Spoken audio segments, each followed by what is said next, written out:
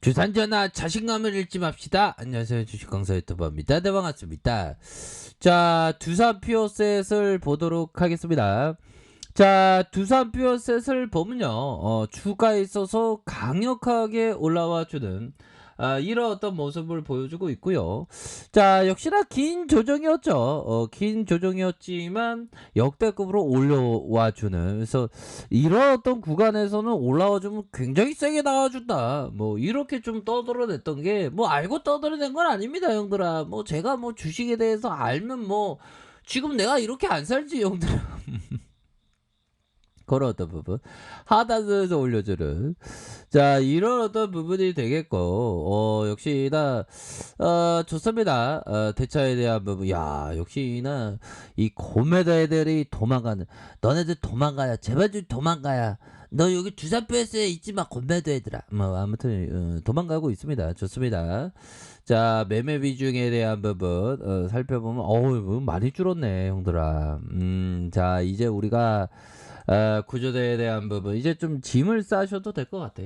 짐을 싸도 잘 것 같고요. 자, 이렇게 해서 다시 한번 우리의 어떤 두산 피어스 상반기 조금 아쉬웠죠, 실적에 대한. 그래도 잘했어, 보면 그 정도면. 그래서 하반기의 수주에 대한 회복, 실적 반등에 대한 부분을 전망을 한다. 그래서 신재생 에너지 공급 의무화 제도 하에 수주 본격화되고요. 올해 수주 목표 전년 대비 31% 증가한 142메가와트다. 그래서 예상 매출에 대한 4,771억 원, 영업이익이 270억 원이다. 자, 이렇게 얘기를 해주고 있죠. 그래서 수주 공백으로 상반기 아쉬운 실적을 보였던 두산 피어셋이 하반기 수주 회복에 따라 실적 반등을 보일 것이라는 그런 어떤 전망이 나왔고요. 그래서 신재생 에너지 공급 의무화 제도를 충족하기 위해서 발전 자회사의 발주 재개가 이어질 것으로 예상을 한다. 그래서 두산 피어셋이 올해 예상 매출이 보면 4,771억 원, 영업이익에 대한 부분이 270억 원으로 집계가 됐고, 전년 동기 대비 3.3, 3.8 해서 증가한 수치다. 그래서 상반기 청정 수소 발전 의무화 제도의 CHPS 도입 전 정책 가도기로 부진한 수주 흐름을 보였지만, 하반기에 RPS 제도 하에 수주가 본격화될 것으로 보여주고, 두산 피어셋이 올해 수주 목표가 전년비 대비 31% 증가한 142 메가와트급이다. 자, 이런 어떤 점을 얘기를 하면서 RPS 500메가와트 이상의 발전 설비를 보유한 발전 사업자가 총 발전량의 일정 비율 이상을 태양광과 풍력, 신재생 에너지를 사용해서 전기를 생산하도록 한 제도고, 정부가 정한 발전사의 신재생 에너지 의무 발전은 2012년 2%로 시작해 올해 9%까지 높여진다. 그러니까 이러한 어떤 부분이 시작되면서 우리에게 연료전지, 연료전지에 대한 성장성은 이미 좀 정해진, 그러니까 정책적인 어떤 수혜에 대한 부분이 나와주니까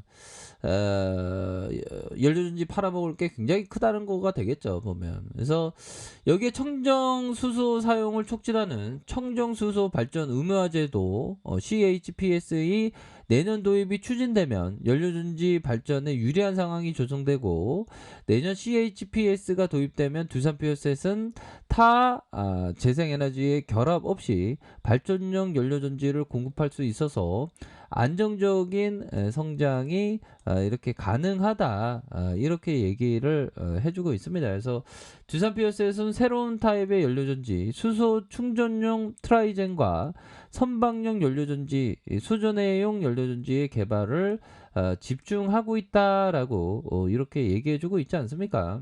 그렇게 해서 앞으로에 있어서 2022년 상업화를 목표로 한 모델의 수소 충전지를 적용할 가능성이 높다. 그래서 친환경 선박용 연료전지 SOFC의 개발에 박차를 가하고 있고, 두산 피어셋은 영국의 셀레스 파워와 SOFC의 핵심 부품인 이러한 셀스텍 양산과 생산설비 개발 협력을 진행 중이다. 그래서 한국조선해양과 또 친환경 선박 연료전지 공동 개발 중인 이런 어떤 부분도 있습니다. 그래서 앞으로 있어서 전반적으로 굉장히 좀 의미 있게 크게 작용할 수 있는 그런 어떤 부분이 되겠고, 두산 퓨어셋은 PAFC 중심으로 안정적인 비즈니스 모델을 보유하고 있지만 수소 경제 트렌드에 발맞춰서 새로운 타입의 연료전지 개발에 집중하고 있다. 그래서 지난해 발생한 수주 공백으로 인한 실적 감소했지만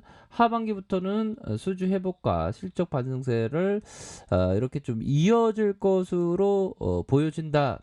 이렇게 또 얘기를 해주고 있는 그런 어떤 상황이 된다. 뭐 이렇게 좀 말씀을 드려보도록 하겠습니다. 그래서 이런 어떤 부분에서 다시금 우리의 두산 퓨어셋 굉장히 좀 크게 작용할 수 있는 그런 어떤 모습은 충분히 보여줄 수 있겠죠. 그래서 자, 연기금에서의 이 부분, 사거래일자 이렇게 소매수에 대한 부분이 이렇게 또 나타나주는 모습과 함께 투신에서도 잡아주고 보험에서도 잡아주고 기관과 외국인들 이렇게 해서 잘 잡아주고 있지 않습니까? 이런 어떤 상황에서 다시금 반등에 대한 부분이 굉장히 세게 나와줄 수 있는 그런 어떤 가능성에 대한 부분이 굉장히 좀 많이 있다라고 좀 말씀을 드리면서, 자, 65,400원의 슈팅이 있었죠. 하락에 대한 부분에서 자, 침체권의 이런 어떤 하단선, 하단선에서 들어올리고 하단선에서 다시 한번 들어올려주는 자, 이런 어떤 모습이 보여주고 있고요. 자, 월봉에 대한 부분은 저점을 들어올려주는 이런 어떤 모습, 이거 굉장히 좋죠. 보면 결국에는 다시 한번 하늘로 비상할 수 있는 급등주 패턴으로 음양으로 요런 어떤 급등주 패턴으로 긍정적으로 좀 나와주고 있는 그런 어떤 상황이라고 볼 수가 있겠습니다. 보면 그렇게 해서 다시 한번 좀 올려줄 수 있는 그런 어떤 가능성 높겠는데요. 보니까 주식까지 야 주사표에서 상승해야 돼. 예, 그럼요. 상승해야지. 하락하면 안 되지. 자, 그렇게 해서 긍정적인 그런 어떤 흐름으로 이렇게 좀 나와주고 있고요. 그래서 뭐 예견된 어떤 상승에 대한 부분, 그러니까 정책적인 수혜를 그대로 받을 수 있는 그런 어떤 가능성이 높기 때문에 우리가 생각해야 하는 것은 다시 한번 좀 두산표에서이 힘낼 수 있다. 뭐 그런 점. 자, 주봉에 대한 부분 살펴보면요.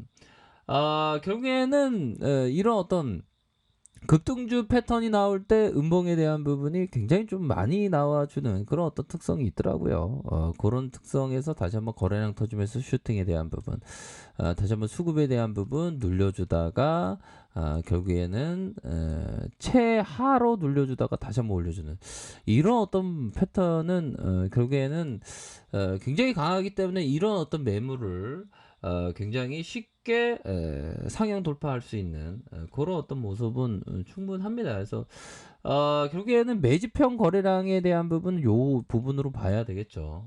매집형에 대한 거래량이 이런 어떤 역배열 상황에서 잡아주면서 올려주는 자, 이런 어떤 모습이 긍정적으로 또 나타나줄 수 있기 때문에 지금에서의 거래량과 함께 주가에 있어서 강력한 상방으로 치고 나갈 수 있는 그런 어떤 가능성에 대한 부분이 굉장히 많이 있다. 뭐 요렇게 말씀을 드려보도록 하겠습니다.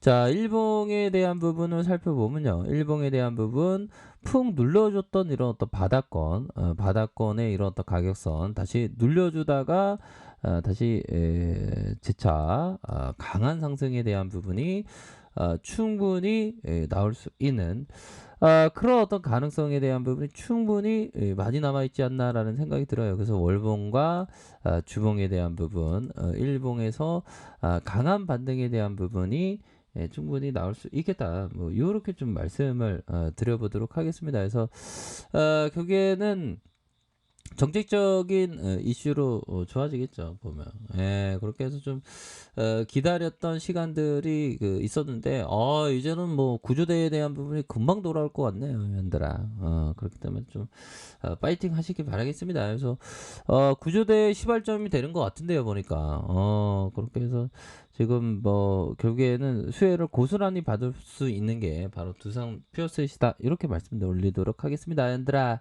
자, 좋은 주말 보내세요. 자, 아래 카페에서 정보를 확인하시고요. 좋아요, 구독하기, 알람 설정까지 하셨던 모든 분들 감사합니다. 사랑합니다. 축복합니다. 네, 고맙습니다.